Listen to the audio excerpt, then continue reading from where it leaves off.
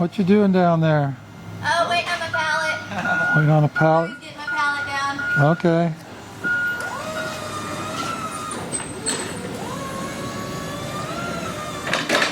We have a lot of our bee supplies stored upstairs here, and we got to reorganize this area too. We're going to get into the bee supply business a little bigger this winter. We're building a real nice website right now that can have people order online. Should have it out by midwinter or early spring at the latest. So we're going to do this a lot different up here. And we're in the middle of reorganizing this whole warehouse, really. Stacking drums 4 high is making a difference. It's creating space. Anybody that watched our last video knows that we have a lot of honey yet to put in this space. And also, I learned something from comments in our last video. We've been kind of afraid to stack totes of honey because I had a bad experience a while back where the cage folded and collapsed, and I thought, gosh, I can't do this.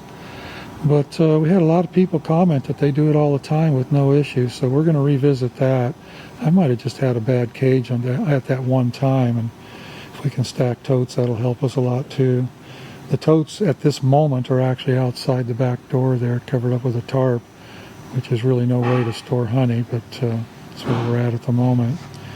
So anyway, warehouse is getting worked on. We traditionally stack all our drums 3 high, and we're going to 4 high.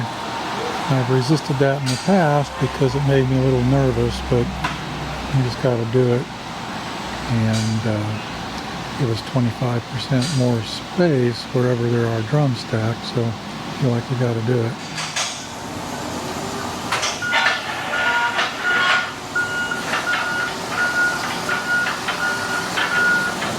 Hey Louie, you're on camera again. You nervous about this? Oh, not really. Working okay? Pretty steady, yeah. Okay, pretty stable? Yeah. Alright, we switched to using 2x4s, or actually 2x3s for spacers between the drums because it's a lot more stable than the 1x2s we were using. Figured going that high we needed to do something more substantial. The old system we just used a couple of 1x2s between the drums, and that worked for 3 high, but with this 4 high business I think we need to be a little more careful. I'm not going to let just anybody get on a forklift and move these kind of stacks around. Me or Louie or Dave or Nathan, that'd be about it. A little trickier. Well, we cut up about 3,000 of these. Actually what we did is we ripped 2x6s into 2x3s basically. Made them 19 inches long, and it seems to work pretty good. Creating these boxes to keep them stored in when they're not all being used for drums. And then we put 4 on the bottom drum. That 19 inches works real good for that. And then from there up we go 3 sticks. We put a triangle in there, and that's more stable than just 2 separate sticks. So that's actually a triangle of sorts right there. And I think the top one could be just 2 if you wanted. This honey right here is Michigan. It's all these numbers and letters tell us something. JR is John Riker, Michigan Wildflower, the year, and the drum number. That's drum number 19 from him. This is drum 150, 151, 152. And then all of this goes in a book. We keep very close tabs of all this stuff. We have to. We have to create a lot code on all the stuff that leaves this building. And we have a book where we put all the honey that comes in here. When Louie makes a lot code up, takes all the information off the drums. There's usually 3 or 4 or maybe even 5 different types of honey that goes in our blend. And it all gets entered into the book and the quantity.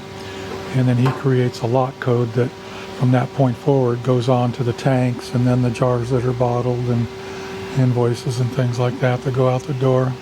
Kind of an elaborate system, but it's something we have to do for potential recall. And we did have a recall once, so we were good. We were perfect when they came to recall one thing. We had all our books in order and everybody had what they needed. We had a sample.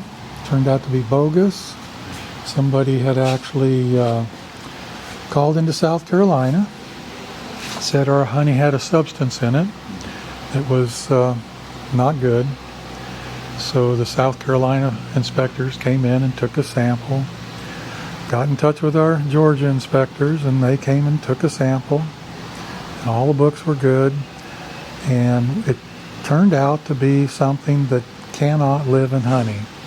Whoever had turned us in, I don't know what to think. Whether they were trying to make our life hard, jealous, prankster, I don't know. Haters. Huh? Haters.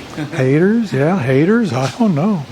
But I'm glad we had all that stuff in order. We were able to go through the recall without any trouble at all. That's very important at our level. Okay, just talked to Mrs.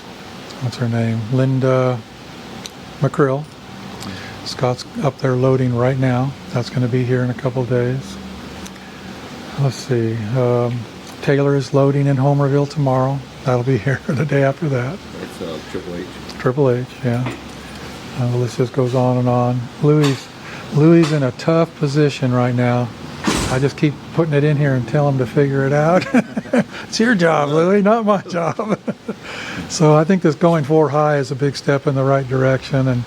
And I have a pretty big pole barn over at my house that we're enclosing, and we're going to start packing a lot of stuff in that too. Let me show you something here. I've already done this once or twice in the time I've had this thing. We added a plate right here that made it tighter. But what we could do is we could take this apart and I could take the welder and just put some hard surfacing on there and make that even tighter. What do you think? Are you happy with the way it is? So far it's been okay. So it's tight enough? Yeah. I didn't have really a problem with it. Just we know how to grab the grab barrels all this. Yeah, we've got 2 types of this. These are West. Got other arms like that. Yeah, so they're both Wesco. And both of them we've either had to put washers or do something to make them tighter to make sure they grip the drums properly. That's picked up a lot of drums. This is our other barrel grabber. It's also a Wesco brand, but it's a different type. The way it works is this little grabber foot here swivels on a hinge that's at an angle. So as it goes down, as you pick the drum up and this goes down, it gets tighter and tighter because it swivels at an angle. And what we found, it didn't quite suit us. It wasn't tight enough the way it gripped the drum. So I added a washer right here and moved this farther up the shaft. Just that little washer right there made a huge difference. So both of these units needed a little bit of tweaking to suit us. But this has been a good one too. It works fine. Although I think Louis prefers the other one. I think I prefer the other one too, actually. I think it grabs just a little bit better than this style. We own 3 styles of barrel trucks, barrel hand trucks. They're all Wesco. I've had them all for a long time. They all have their pros and cons.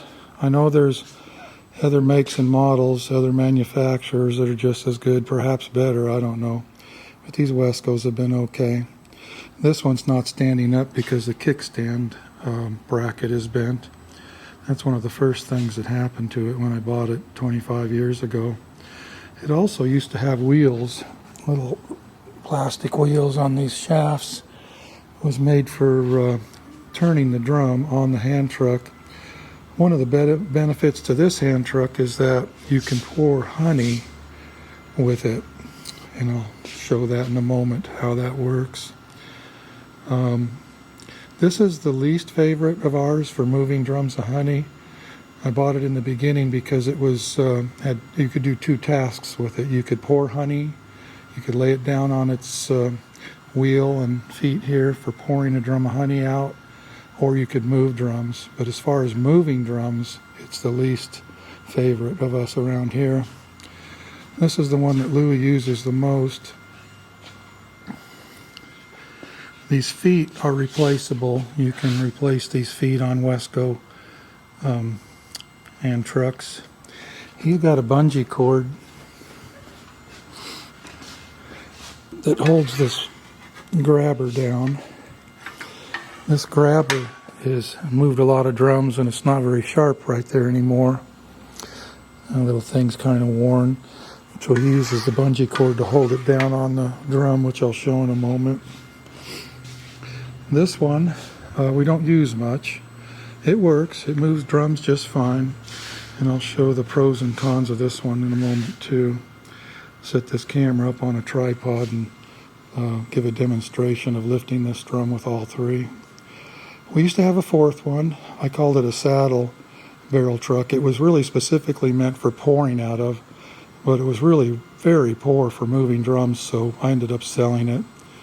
In the early days, it was handy for just simply pouring out of a drum, but didn't take long before I moved past that and I didn't need it anymore. I'll try to find a picture in a catalog somewhere and show an example of that one.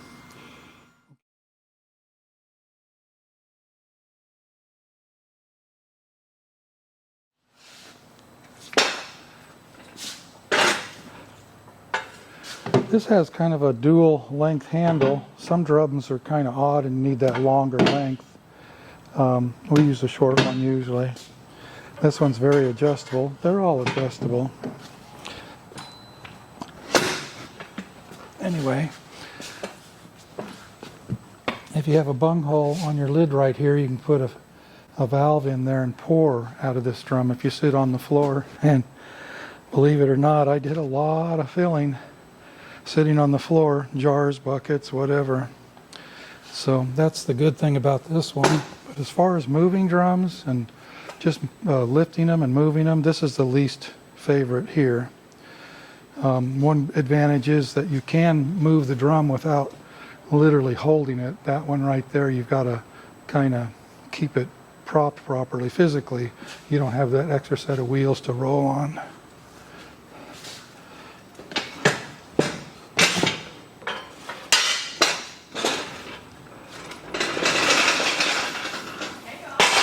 Well, hi, Shannon. Looks like you got a houseful. Yeah, I'm just doing a little video here. Come on in. I'll be in with you in a minute. So,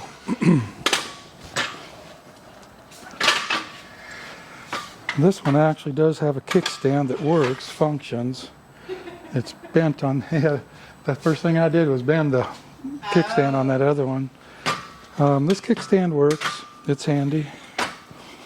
And again, Louie has that bungee cord on there to help hold this down because it can slip up over the top here pretty easily, especially if you have a drum that isn't real square. If there's an angle on this lid, this slips off very easily.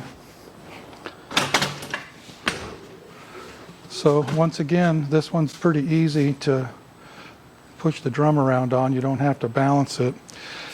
That one came with hard plastic wheels, and this one came with hard rubber wheels. We really prefer the hard rubber over the plastic. It's another advantage to this one.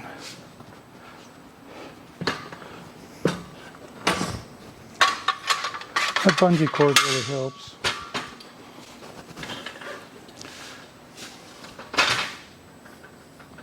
Yeah, this one has a kickstand. Yeah, nice.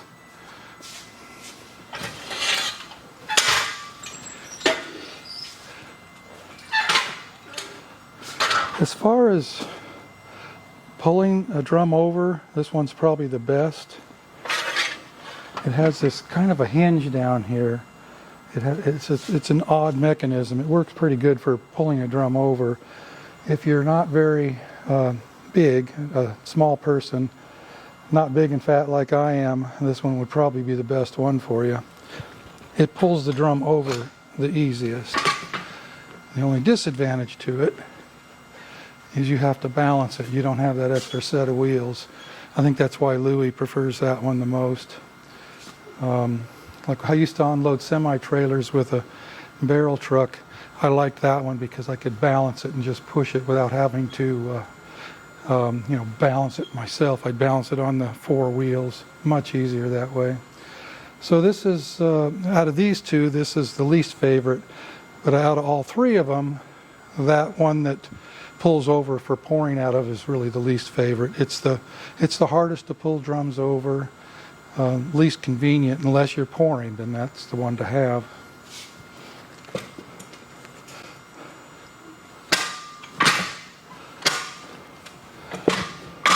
And these feet do wear out eventually, but you can replace them with these Wesco drum trucks. You can replace the feet.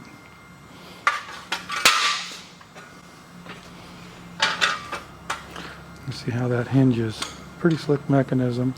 There are other brands that do that too. I just happen to have Wesco.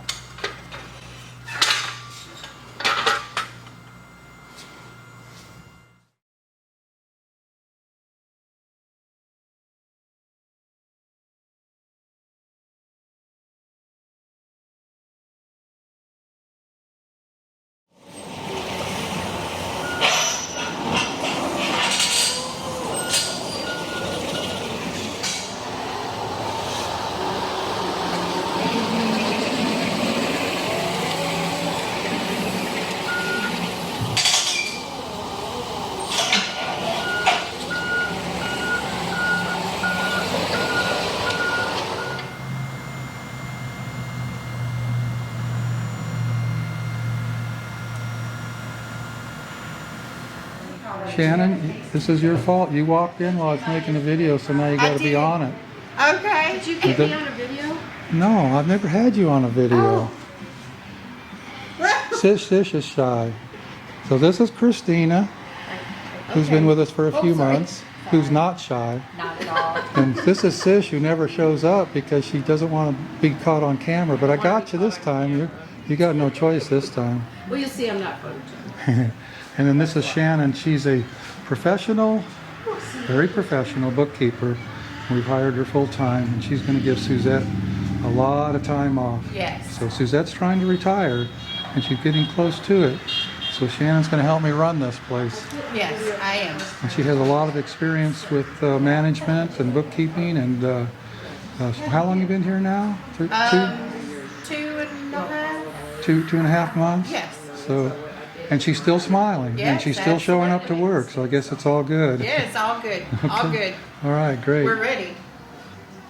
So how much is she moved down?